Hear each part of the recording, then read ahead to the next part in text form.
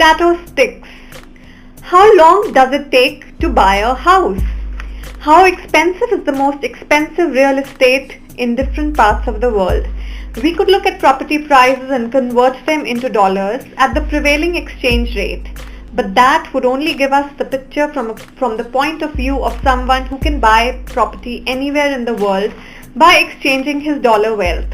A more correct picture, therefore, would be to look at the purchasing power parity or PPP exchange rate. Essentially, this looks at currencies not in terms of their market exchange rate, but what units of local currency can actually buy in the domestic market.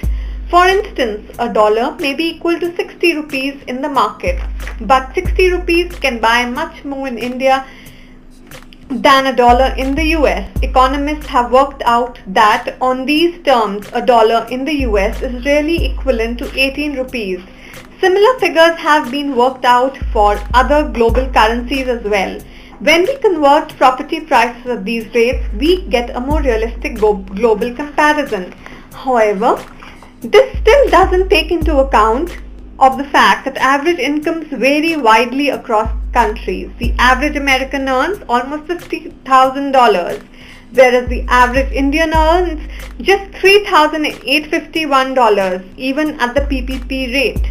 The same property price therefore represents earnings of many more years for an average Indian than for the average US citizen. So how many years of income will the average citizens of various countries have to use up to buy a 100 square meter flat in the most expensive areas in their respective countries? In the UAE, just 6 years of earning would be enough. In New Zealand, it would take 9 years, and in Germany, 10 years. In Japan, close to entire working life or 38 years would suffice. In UK, it would take almost a lifetime or 67 years, which means one generation earnings would clearly not suffice.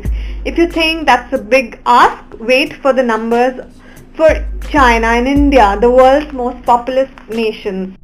In China, it would take 112 years of average earnings today to achieve the dream. But even that seems a cakewalk compared to India.